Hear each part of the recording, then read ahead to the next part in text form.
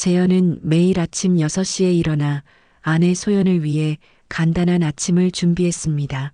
소연이 눈을 뜨기도 전에 토스트와 계란 프라이, 그리고 따뜻한 우유를 테이블 위에 올려두는 것이 39년을 살아온 그의 일상이었죠. 결혼한 지 7년이 흘렀지만 아내를 향한 마음은 변함이 없었습니다. 오히려 세월이 흐를수록 더 깊어진 느낌이었어요. 재현은 식탁에 앉아 신문을 읽으며 소연이 일어나기를 기다렸습니다. 소연은 언제나처럼 부스스한 모습으로 거실에 들어왔어요. 소연아, 일어났네. 아침 먹어. 소연은 묵묵히 고개를 끄덕이며 테이블에 앉았습니다. 그녀의 눈에는 피로감이 가득했어요. 다크서클이 심하네. 요즘 많이 힘들어. 재현의 말에 소연은 입가에 미소를 지었습니다. 새 프로젝트가 생겼거든요. 회사에서 큰 기대를 하고 있어서 부담이 좀 되네요. 재현은 소연의 손을 꼭 잡아주었습니다. 소연은 32살의 나이에도 불구하고 회사에서 핵심 인재로 인정받고 있었습니다. 능력도 뛰어났지만 외모 또한 빼어나 주변의 부러움을 샀죠. 재현은 그런 아내가 자랑스러웠습니다. 나이 차이가 있음에도 불구하고 소연은 늘 재현을 존중했고 두 사람은 큰 갈등 없이 지냈어요. 걱정하지 마. 당신은 늘 잘해왔잖아. 이번에도 잘할 거야. 소연은 고개를 끄덕이며 토스트를 집어들었습니다. 재현은 아내의 모습을 바라보며 행복감을 느꼈죠. 평범하지만 소중한 일상이었습니다. 그러나 재현은 이 행복이 오래가지 않을 것이라는 사실을 알지 못했어요. 소연이 출근 준비를 마치고 현관문을 열었습니다. 오늘도 야근할 것 같아요. 기다리지 말고 먼저 자요. 소연의 말에 재현은 고개를 끄덕였습니다. 몸 상하지 말고 일해. 사랑해. 재현의 말에 소연은 가볍게 웃으며 집을 나섰습니다. 재현은 창문을 통해 아내가 멀어지는 모습을 지켜보았어요. 평범한 아침이었지만 어딘가 불안한 마음이 들었습니다. 재현은 그 느낌을 무시한 채 회사로 향했죠. 소연이 회사에 도착하자 동료들이 그녀를 반겼습니다. 특히 팀의 막내인 민수가 커피를 건네며 환하게 웃었어요. 민수는 29살의 패기 넘치는 청년이었습니다. 회사에 들어온 지 2년 만에 소연의 팀으로 발탁될 정도로 실력이 뛰어났죠. 선배님, 오늘도 아침부터 멋지시네요. 오늘 회의 자료 제가 다 준비했어요. 소연은 민수의 성실함에 감탄했습니다. 고마워 민수야. 자네 덕분에 많은 도움이 되는군. 두 사람은 함께 회의실로 향했습니다. 오늘은 중요한 프로젝트의 첫 회의가 있는 날이었죠. 소연은 민수와 함께 자료를 검토하며 시간 가는 줄 몰랐어요. 둘은 서로의 생각을 나누고 의견을 조율하며 호흡이 척척 맞았습니다. 소연과 민수는 새 프로젝트를 위해 밤늦게까지 사무실에 남아 있었습니다. 다른 직원들이 모두 퇴근한 후 두 사람만 남은 사무실은 묘한 긴장감이 감돌았어요. 소연은 민수의 열정과 노력에 감탄했습니다. 이렇게 일에 헌신적인 후배는 처음이었죠. 민수야, 너무 늦었네. 오늘은 이만 마무리하고 내일 계속하는 게 어떨까? 민수는 소연의 말에 고개를 저었습니다. 아직 검토해야 할 자료가 많아요. 선배님 괜찮으시다면 저는 좀 더 남아있을게요. 소연은 민수의 성실함에 미소 지었습니다. 그러나 그녀도 민수를 혼자 두고 가기가 미안했어요. 그럼 나도 함께 마무리할게. 배고프지 않아? 민수의 눈이 반짝였습니다. 사실 좀 배고프네요. 혹시 간단히 식사라도 하실래요? 소연은 잠시 고민했습니다. 시간은 이미 10시가 넘었고 남편 재현에게는 야근한다고 문자를 보낸 상태였어요. 함께 식사를 해도 괜찮을 것 같았습니다. 그래, 근처 식당에 가볼까? 두 사람은 회사 근처 조용한 식당으로 향했습니다. 일에 대한 이야기로 시작했지만 어느새 사적인 대화로 이어졌어요. 민수는 소연의 말 한마디 한마디에 진심 어린 관심을 보였습니다. 소연은 오랜만에 누군가에게 자신의 이야기를 하는 기분이 좋았죠. 선배님은 정말 대단하세요.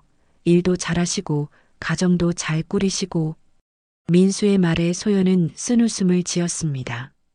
완벽해 보이지만 사실 나도 힘들 때가 많아. 가끔은 모든 걸 내려놓고 싶을 때도 있지.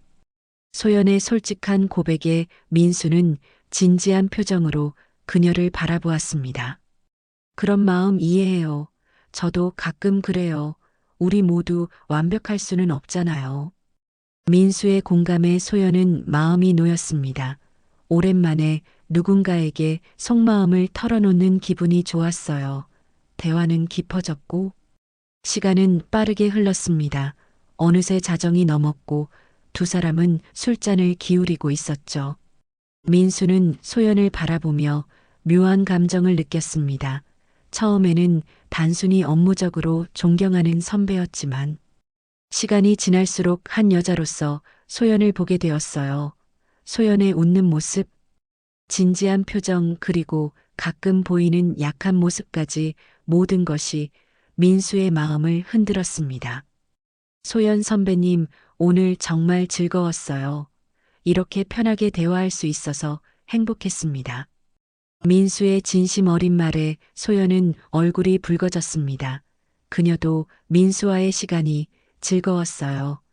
남편 재영과는 나눌 수 없는 이야기들. 회사와 일에 관한 깊은 대화는 소연에게 새로운 활력을 주었습니다. 나도 즐거웠어. 민수야, 이런 시간이 필요했던 것 같아. 두 사람은 서로의 눈을 바라보았습니다. 공기 중에 묘한 긴장감이 감돌았어요. 소연은 갑자기 정신이 번쩍 들었습니다. 그녀는 시계를 보고 놀랐죠. 벌써 이런 시간이네. 우리 이만 일어날까? 민수는 아쉬운 표정을 지었지만 고개를 끄덕였습니다. 네, 선배님, 제가 택시 잡아드릴게요. 밖으로 나온 두 사람은 쌀쌀한 밤 공기에 몸을 떨었습니다. 민수는 자연스럽게 자신의 자켓을 벗어 소연의 어깨에 둘렀어요.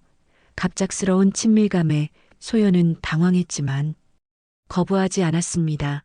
택시를 기다리며 두 사람은 나란히 서 있었죠. 소연은 민수의 자켓에서 나는 향기를 맡으며 묘한 설렘을 느꼈습니다. 이런 감정을 느낀 것이 얼마만인지 기억도 나지 않았어요. 프로젝트가 본격적으로 진행되면서 소연과 민수의 만남은 잦아졌습니다. 야근은 일상이 되었고 두 사람은 늘 마지막까지 남아 함께 일했어요. 그리고 일이 끝나면 을에 가까운 술집에서 간단히 한잔하며 하루를 마무리했습니다. 처음에는 업무에 관한 대화가 주를 이뤘지만 점차 개인적인 이야기로 발전했죠. 소연은 남편 재현에게 미안한 마음이 들기도 했습니다. 하지만 그것은 단순히 업무상 만남이라고 자신을 위안했어요. 재현은 늘 그랬듯이 소연을 믿고 기다렸습니다. 아내의 성공을 위해 자신의 시간을 기꺼이 희생하는 남편이었죠. 드디어 3달간의 노력 끝에 프로젝트 발표일이 다가왔습니다. 소연의 팀은 밤을 새워가며 준비했고 그 결과는 대성공이었어요. 회사의 임원들은 박수를 보냈고 팀원들은 환호했습니다. 소연은 민수와 눈을 마주치며 승리의 미소를 나눴죠. 대표님께서 오늘 저녁 회식 비용을 전액 지원해 주신다고 합니다. 다들 수고 많으셨어요. 팀장의 말에 직원들은 기쁨의 함성을 질렀습니다. 화려한 레스토랑에서 시작된 회식은 밤이 깊어갈수록 흥겨워졌어요. 소연은 평소보다 많은 양의 술을 마셨습니다. 성공의 기쁨과 해방감이 그녀를 들뜨게 했죠. 밤이 깊어지자 직원들은 하나둘 자리를 떴습니다. 결국 소연과 민수, 그리고 2명의 팀원만 남았어요. 마지막까지 남은 팀원들이 2차를 제안했지만 소연은 머리가 아프다며 거절했습니다. 저는 선배님 모셔다 드리고 들어갈게요. 다들 먼저 가세요. 민수의 말에 다른 팀원들은 고개를 끄덕이며 자리를 떴습니다. 남겨진 두 사람은 조용한 바에 들어가 조금 더 술을 마셨어요. 민수는 소연의 얼굴이 붉게 물든 것을 보며 걱정했습니다. 선배님 많이 취하신 것 같은데 괜찮으세요? 소연은 흐릿한 시선으로 민수를 바라보았습니다. 괜찮아. 오늘은 정말 기분 좋은 날이야. 조금 더 마실래? 민수는 망설였지만 소연의 기분을 맞춰주었습니다. 그러나 소연의 상태는 점점 나빠졌어요. 결국 소연은 테이블에 머리를 기댄 채 잠이 들고 말았습니다. 민수는 난감한 표정으로 그녀를 바라보았죠. 민수는 소연의 가방에서 휴대폰을 꺼내 남편에게 연락할까 고민했습니다. 하지만 화면을 보니 이미 소연이 남편에게 오늘 회식이 있어 늦을 거라는 메시지를 보낸 상태였어요. 민수는 깊은 한숨을 내쉬었습니다. 그는 소연을 택시에 태워 집에 데려다 주려 했지만 소연은 의식이 없어 주소를 말하지 못했죠. 민수는 결국 근처 모텔로 소연을 데려갔습니다. 그는 소연이 침대에 눕히고 이불을 덮어주었어요. 민수는 소파에서 자려고 했지만 술기운과 피로가 그를 덮쳤습니다. 그는 잠시 소연의 옆에 누워 쉬다가 그만 잠이 들고 말았죠. 다음 날 아침 소연은 낯선 천장을 보며 눈을 떴습니다. 머리가 깨질 듯이 아팠어요. 그녀는 천천히 상황을 파악하기 시작했습니다. 옆에는 민수가 옷을 입은 채로 자고 있었죠. 소연은 자신도 옷을 그대로 입고 있는 것을 확인하고 안도했습니다. 그러나 낯선 모텔방에서 후배와 함께 밤을 보냈다는 사실만으로도 충격이었어요. 소연은 조용히 일어나 가방을 챙겼습니다. 민수를 깨울까 고민했지만 그냥 두고 나오기로 했어요. 그녀는 서둘러 모텔을 빠져나와 택시를 잡았습니다. 집으로 가는 내내 소연의 마음은 복잡했죠. 어젯밤 일은 단순한 실수였습니다. 아무 일도 일어나지 않았어요. 하지만 그녀의 마음 한구석에서는 묘한 감정이 일어났습니다. 소연이 집에 도착했을 때 재현은 이미 출근한 상태였습니다. 그녀는 안도의 한숨을 내쉬었어요. 샤워를 하고 옷을 갈아입은 후 소연은 재현에게 메시지를 보냈습니다. 회식 후 동료 집에서 잤어. 미안해요. 곧 회사 갈게요. 그날 이후 소연과 민수는 서로의 눈을 마주치기 어려워했습니다. 사무실에서 마주칠 때마다 어색한 미소만 교환할 뿐이었어요. 하지만 일주일이 지나자 두 사람은 점차 평소의 관계로 돌아갔습니다. 아무 일도 없었다는 듯이 업무에 집중했죠. 그러나 서로를 바라보는 눈빛에는 이전과는 다른 감정이 깃들어 있었습니다. 민수는 먼저 연락해 왔습니다. 퇴근 후 커피 한잔 하자는 가벼운 제안이었어요. 소연은 망설였지만 그날 일에 대해 정리할 필요가 있다고 생각했습니다. 두 사람은 조용한 카페에서 만났죠. 선배님, 그날 일은 정말 죄송합니다. 제가 책임감 없이 행동했어요. 민수의 진지한 사과에 소연은 고개를 저었습니다. 아니야, 내 책임이 더 커. 팀장으로서 그런 상황을 만들면 안 됐는데. 두 사람은 잠시 침묵했습니다. 카페에 잔잔한 음악만이 흐르는 가운데 소연과 민수는 각자의 생각에 잠겼어요. 민수가 조심스럽게 입을 열었습니다. 솔직히 말씀드리면 그날 이후로 계속 선배님 생각이 나요. 소연은 놀란 눈으로 민수를 바라보았습니다. 그녀도 민수를 생각하고 있었지만 그건 단순히 미안함 때문이라고 자신을 속였어요. 민수야, 우리 둘 다 이성적으로 생각해야 해. 난 결혼한 여자고 넌 내 후배잖아. 민수는 진지한 표정으로 소연의 눈을 바라보았습니다. 알고 있습니다. 하지만 제 마음을 숨길 수가 없어요. 선배님을 처음 봤을 때부터 저는 소연은 민수의 말을 끊었습니다. 그녀는 이 대화가 위험한 방향으로 흘러가고 있음을 느꼈어요. 그만해, 민수야, 우리 이런 이야기하면 안 돼. 하지만 민수의 눈빛은 진심이었습니다. 소연은 그의 열정적인 시선에 동요했어요. 그녀는 급히 자리에서 일어났습니다. 오늘은 이만 가볼게. 다음에 회사에서 보자. 소연은 서둘러 카페를 빠져나왔습니다. 그녀의 마음은 혼란스러웠어요. 한편으로는 민수의 고백이 부담스러웠지만 다른 한편으로는 묘한 설렘이 느껴졌습니다. 소연은 그런 자신이 두려웠죠. 집에 돌아온 소연은 평소보다 조용했습니다. 재현은 아내의 상태를 눈치챘지만 묻지 않았어요. 그는 소연이 일에 지쳐 있다고 생각했습니다. 재현은 조용히 소연의 어깨를 마사지해 주었죠. 많이 피곤하지, 따뜻한 물로 샤워하고 일찍 자. 소연은 남편의 배려에 죄책감이 들었습니다. 그녀는 억지로 미소를 지었어요. 고마워, 요즘 일이 좀 많아서 그래. 소연은 샤워를 하며 혼란스러운 마음을 정리하려 했습니다. 민수는 단지 일시적인 감정일 뿐이라고 자신을 설득했어요. 그녀는 재현과의 평온한 결혼 생활을 지켜야 했습니다.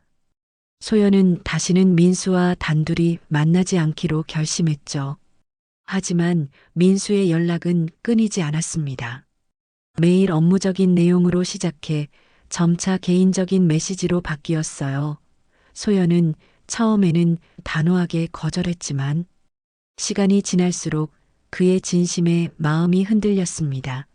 민수의 열정과 관심은 소연에게 새로운 활력을 주었죠. 재현과의 결혼 생활은 점점 무미건조하게 느껴졌습니다. 7년간의 결혼 생활은 안정적이었지만 설렘은 오래전에 사라졌어요.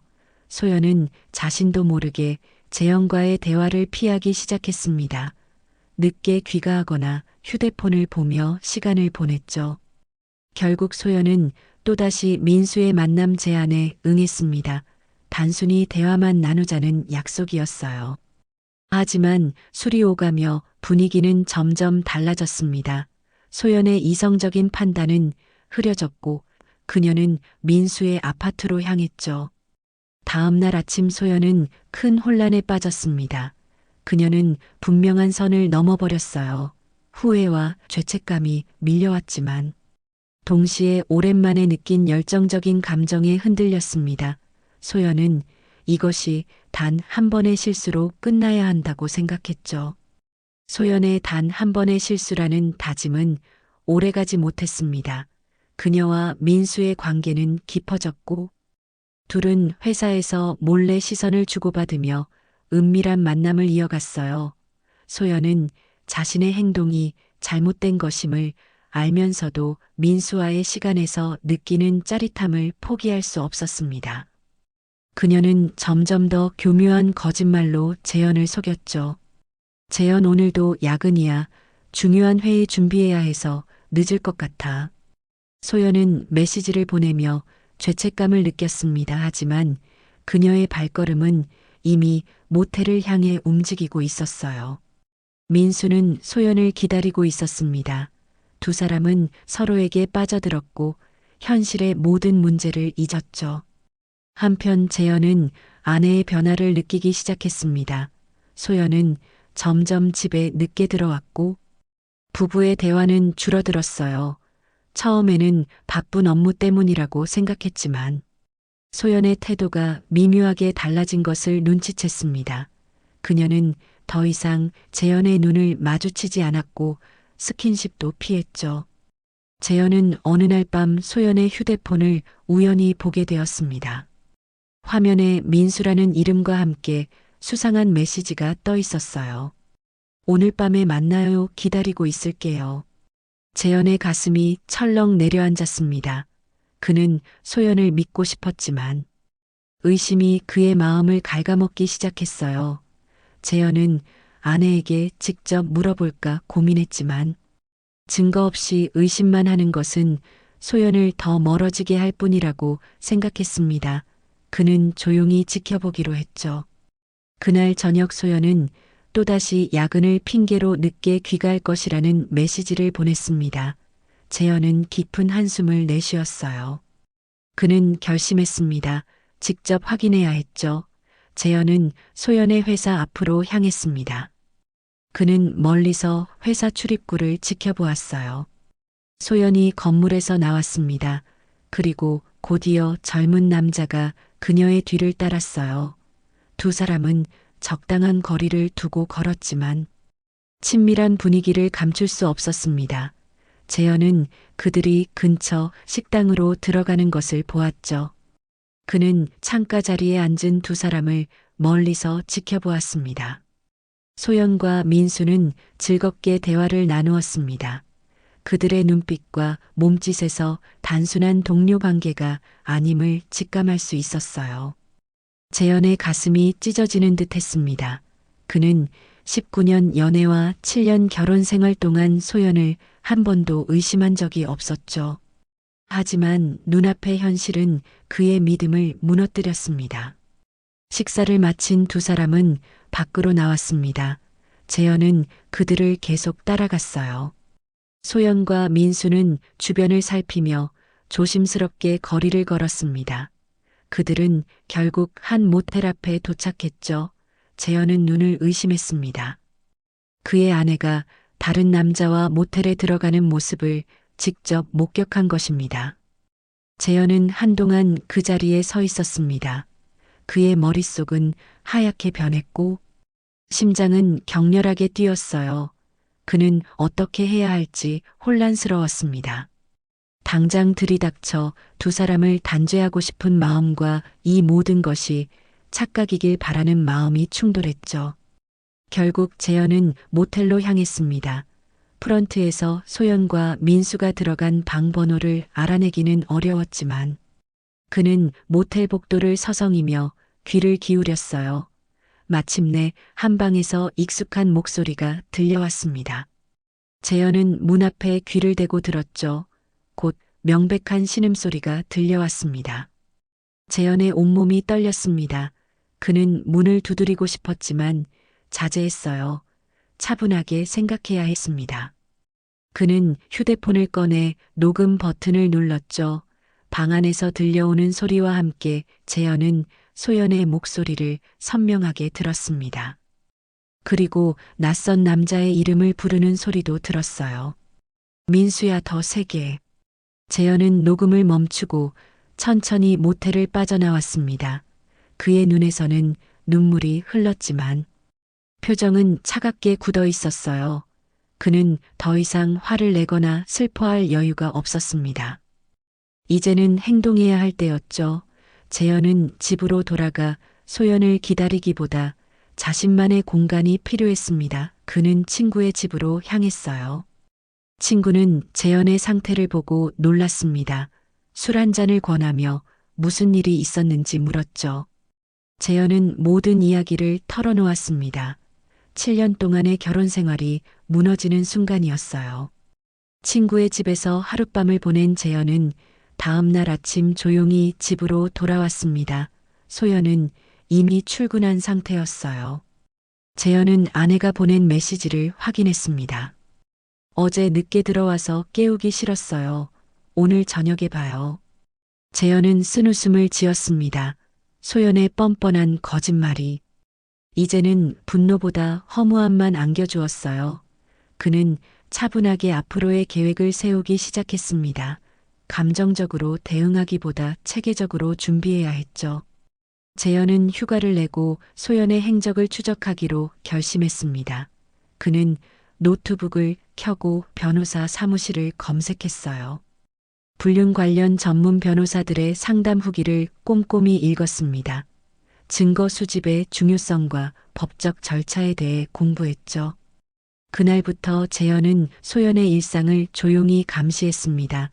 출근 시간과 퇴근 시간, 그리고 그 사이에 어디를 가는지 기록했어요.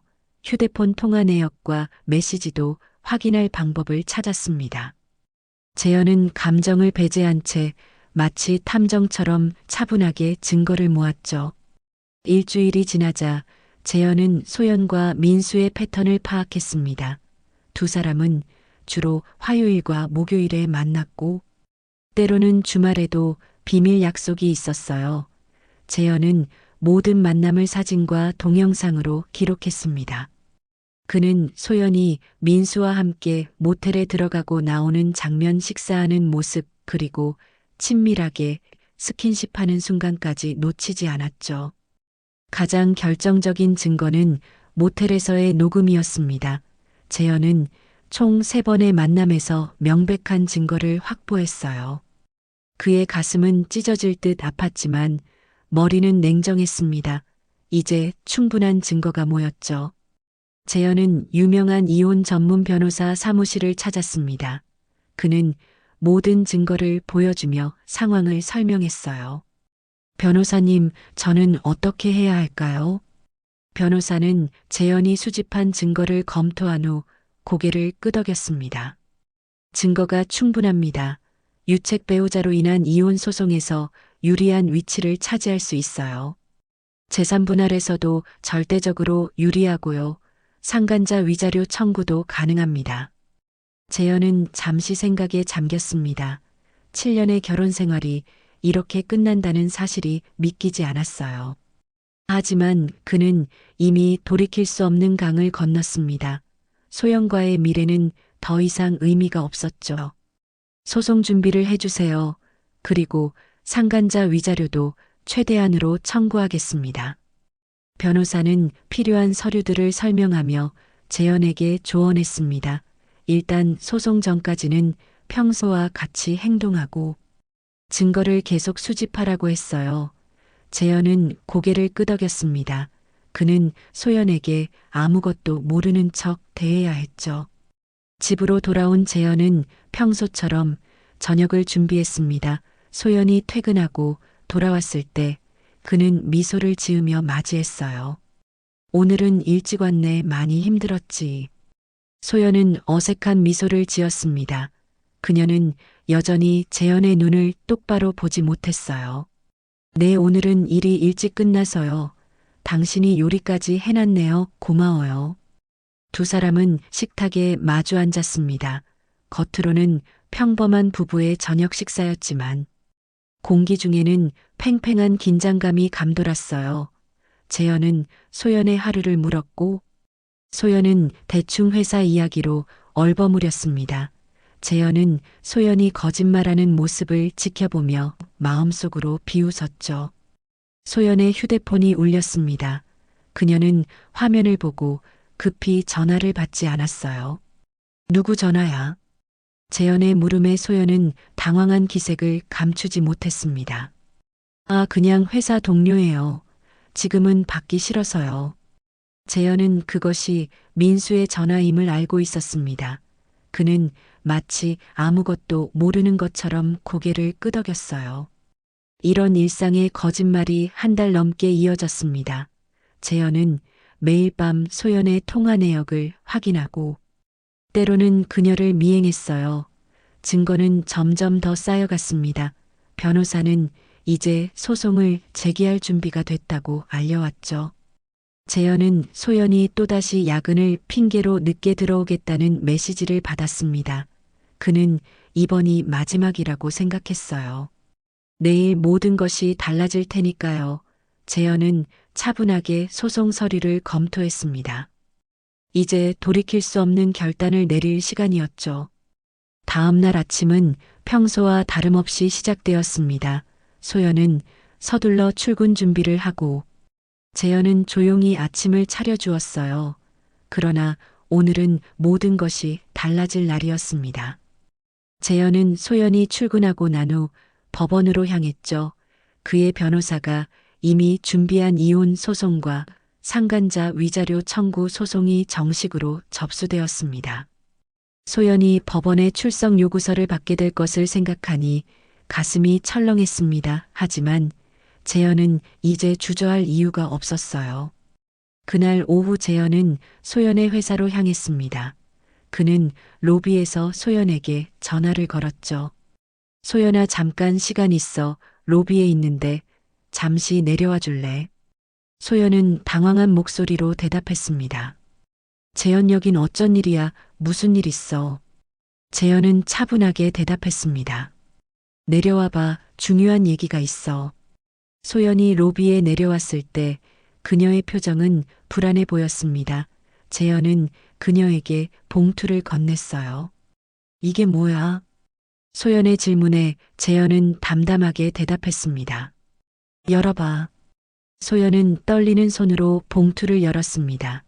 그 안에는 법원 출석 요구서와 함께 그녀와 민수의 사진들이 들어 있었어요. 소연의 얼굴이 창백해졌습니다. 그녀는 말을 잇지 못했죠. 이럴 수가 재현 이건. 재현은 소연의 말을 자르며 냉정하게 말했습니다. 모든 증거가 있어. 녹음도 있고 사진도 있어. 더 이상 거짓말은 필요 없을 것 같아. 소연의 눈에 눈물이 고였습니다. 그녀는 주변의 시선을 의식하며 목소리를 낮췄어요. 여기서 이러지 말고 어디 가서 얘기하자. 재현은 고개를 저었습니다. 할 말은 다 했어. 이제 법원에서 만나자고. 재현은 돌아서서 로비를 빠져나갔습니다. 그는 소연이 자신을 부르는 소리를 들었지만 뒤돌아보지 않았어요. 이제 모든 것은 끝났습니다. 재현의 가슴은 아팠지만 동시에 홀가분한 마음도 들었죠. 소연은 회사로 돌아가지 못했습니다. 그녀는 근처 카페에 들어가 한참을 울었어요. 그리고 떨리는 손으로 민수에게 전화를 걸었습니다. 소연은 모든 상황을 설명했고 민수는 충격에 빠졌죠. 민수는 소연의 카페로 달려왔습니다. 그는 소연의 손을 잡고 위로했어요. 제가 책임질게요. 선배님 걱정하지 마세요. 소연은 민수의 말에 고개를 저었습니다. 너도 곧 소송장을 받게 될 거야. 상간자 위자료 청구라고. 민수의 얼굴이 굳었습니다. 그는 법적 문제가 자신의 경력에 어떤 영향을 미칠지 걱정되었어요. 소연은 민수의 표정 변화를 보며 쓴웃음을 지었습니다. 이것이 현실이었죠. 열정적인 사랑은 현실의 무게 앞에서 무너져 내렸습니다. 다음 날 민수는 회사에 출근하지 않았습니다. 그는 소연에게도 연락하지 않았어요. 소연은 혼자서 법원 출석 요구서를 들고 변호사를 찾아갔습니다. 변호사는 상황을 듣고 고개를 저었죠. 증거가 너무 확실합니다. 게다가 상대방이 상간자 위자료까지 청구했어요. 회사에도 알려질 가능성이 높습니다. 소연은 절망에 빠졌습니다. 그녀의 인생이 한순간에 무너져 내리는 것 같았어요. 경력도 가정도 모두 이를 위기에 처했습니다. 소연은 재현에게 연락해 보려 했지만 그는 전화를 받지 않았죠. 일주일 후 소연은 회사에서 인사팀의 호출을 받았습니다. 이미 소문은 회사 전체에 퍼져 있었어요. 민수와의 불륜 사실이 알려지면서 동료들의 시선은 차갑게 변했습니다. 인사팀장은 소연을 안타깝게 바라보았죠. 이번 일로 회사 내규 위반으로 징계위원회가 열릴 예정입니다. 당신이 팀장이고 후배와의 일이라 가중 처벌될 수 있습니다. 소연은 고개를 숙였습니다. 더 이상 변명할 말이 없었어요. 그녀는 사직서를 제출하기로 결심했습니다. 모든 것을 잃은 지금 새로운 시작이 필요했죠. 한편 민수는 다른 회사로 이직 지원을 했습니다.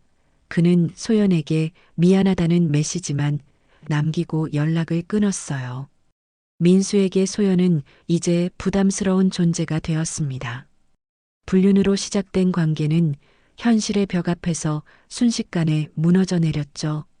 소연은 법원에서 재현을 마주했습니다. 그녀는 재현의 눈을 똑바로 볼 용기가 없었어요. 재판장은 증거를 검토한 후 재산 분할에서 재현에게 유리한 판결을 내렸습니다. 상간자 소송에서 민수에게도 상당한 위자료 지불 명령이 내려졌죠. 이혼이 확정된 후 재현은 새로운 삶을 시작하기로 결심했습니다. 그는 오랫동안 살던 집을 정리하고 새로운 아파트로 이사했어요. 가구와 살림살이를 새롭게 장만하면서 과거의 기억을 지우려 노력했습니다. 처음에는 혼자 사는 생활이 낯설고 외로웠지만 점차 적응해 갔죠. 재현은 매일 아침 달리기를 시작했습니다. 운동을 통해 마음의 안정을 찾았어요. 그리고 새로운 취미도 만들었습니다. 요리 클래스에 등록하여 다양한 요리를 배우기 시작했죠. 그는 자신을 위한 시간을 가지며 상처를 치유해 나갔습니다. 한편 소연은 모든 것을 잃었습니다. 직장도 잃고 남편도 잃었으며 민수마저 그녀를 떠났어요. 그녀는 친구의 집에 잠시 머물며 앞으로의 삶을 고민했습니다. 소연은 자신의 실수를 깊이 반성했죠. 한순간의 감정에 휩쓸려 모든 것을 잃은 자신을 용서할 수 없었습니다. 어느 날 소연은 재현에게 마지막 인사를 하고 싶다는 메시지를 보냈습니다. 오랜 고민 끝에 재현은 만남에 응했어요. 두 사람은 처음 만났던 카페에서 재회했습니다. 과거에 행복했던 기억이 있는 장소였죠. 소연은 재현을 보자마자 눈물을 참지 못했습니다. 그녀는 주변의 시선을 의식하지 않고 솔직하게 마음을 털어놓았어요. 정말 미안해요. 당신에게 너무 큰 상처를 줬어. 용서받을 수 없다는 걸 알지만 그래도 마지막으로 사과하고 싶었어. 재현은 소연의 모습을 담담하게 바라보았습니다. 예전에는 세상의 전부였던 여자가 이제는 낯선 사람처럼 느껴졌어요. 사과는 받아들이지만 용서는 시간이 필요할 것 같아. 우리 둘 다 새로운 시작이 필요해. 소연은 재현의 말에 고개를 끄덕였습니다. 그녀는 주머니에서 작은 상자를 꺼냈어요. 이건 당신이 결혼할 때 준 반지예요. 돌려주려고 가져왔어.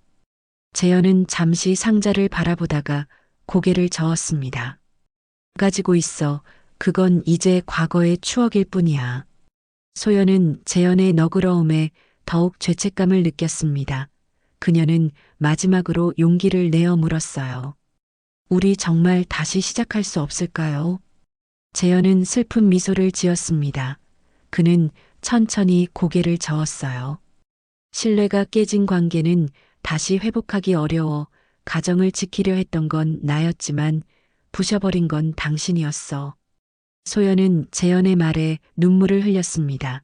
그녀는 더 이상 할 말이 없었어요. 두 사람은 침묵 속에서 마지막 커피를 마셨습니다. 그리고 각자의 길로 떠나기 전 마지막 인사를 나눴죠. 재현은 카페를 나와 천천히 거리를 걸었습니다. 그는 소연과의 만남이 생각보다 담담하게 느껴져 스스로도 놀랐어요. 상처는 여전히 남아 있었지만 이제는 그 아픔을 받아들일 수 있었습니다. 재현은 하늘을 올려다보며 깊은 숨을 내쉬었죠. 새로운 시작을 위한 첫걸음이었습니다.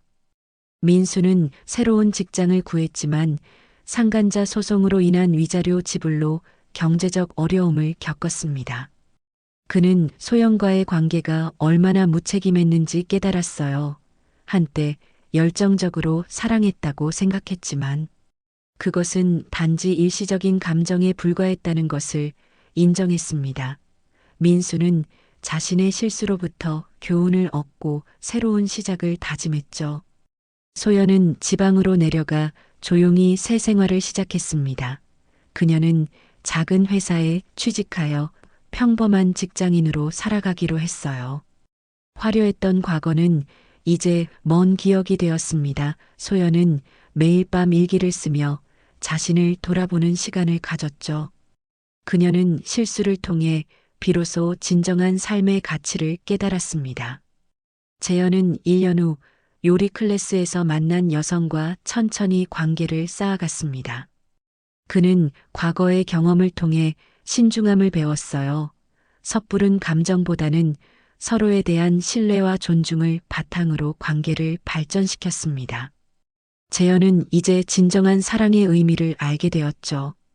시간이 흘러 재현과 소연 그리고 민수는 각자의 삶을 살아갔습니다. 한순간의 선택이 세 사람의 인생을 완전히 바꿔놓았어요. 그들은 모두 상처를 통해 성장했고 더 나은 사람이 되기 위해 노력했습니다. 인생은 계속되었고 모두에게 새로운 시작의 기회가 주어졌죠. 재현은 가끔 소영과의 추억이 떠오를 때면 더 이상 아프지 않다는 것을 발견했습니다. 그것은 단지 그의 인생의 한 장이었을 뿐이었어요. 그는 이제 앞으로 나아가는 법을 배웠습니다. 과거에 집착하기보다 현재의 행복을 소중히 여기는 지혜를 얻었죠. 때로는 가장 큰 상처가 가장 큰 성장의 기회가 된다는 것을 세 사람은 각자의 방식으로 깨달았습니다.